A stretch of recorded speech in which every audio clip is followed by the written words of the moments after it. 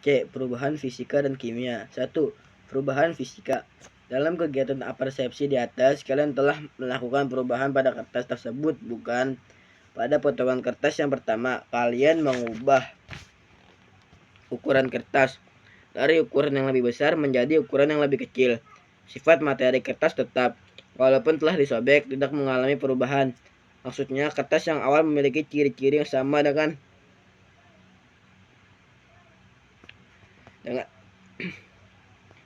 dengan kertas yang telah kalian sobek. Perubahan seperti ini disebut sebagai perubahan fisika.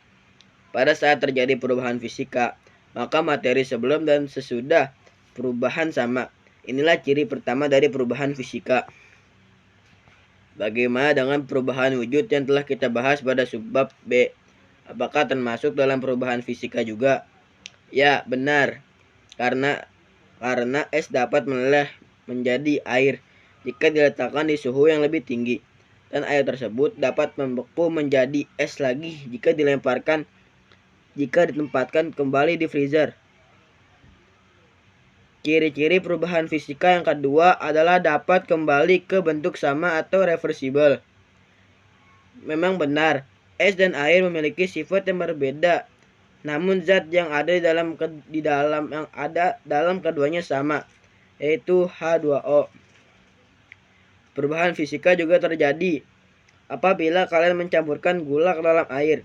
Istilah yang digunakan adalah melarutkan. Topik mengenai larutan akan dibahas di kelas 7 nanti. Di kelas 8 nanti.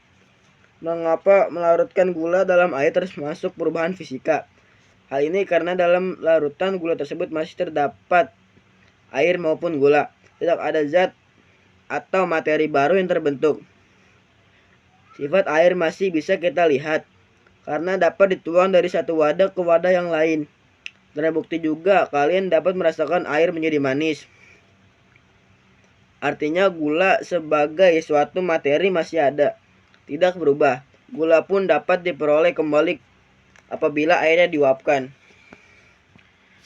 2. Siklus air. Air adalah materi yang istimewa karena kita dapat menjumpainya dalam bentuk padatan, cairan, dan gas dalam dunia ini, baik secara langsung maupun tidak langsung.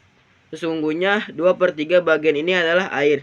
Dalam ketiga bentuk ini, sebagian besar es terdapat di wilayah kutub. Lihatlah siklus air pada gambar 2.16 di bawah ini. Dan lengkapilah penjelasannya dengan istilah-istilah perubahan wujud yang telah kalian pelajari pada subbab sebelumnya. Penjelasan siklus air yaitu air dari laut, sungai maupun danau, serta dari tumbuhan menguap karena adanya panas dari matahari sehingga membentuk uap air. Uap air yang tidak terlihat ini naik sampai mencapai tempat yang tinggi. Ketika bertemu udara dingin, maka uap air akan menghembun sehingga membentuk awan.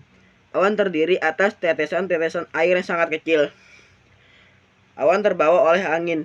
Bila awan mencapai titik ketinggian yang sangat tinggi, yang suhunya sangat dingin, maka tetesan air yang kecil akan bergabung sehingga membentuk tetesan air yang lebih besar, yang akan turun sebagai hujan.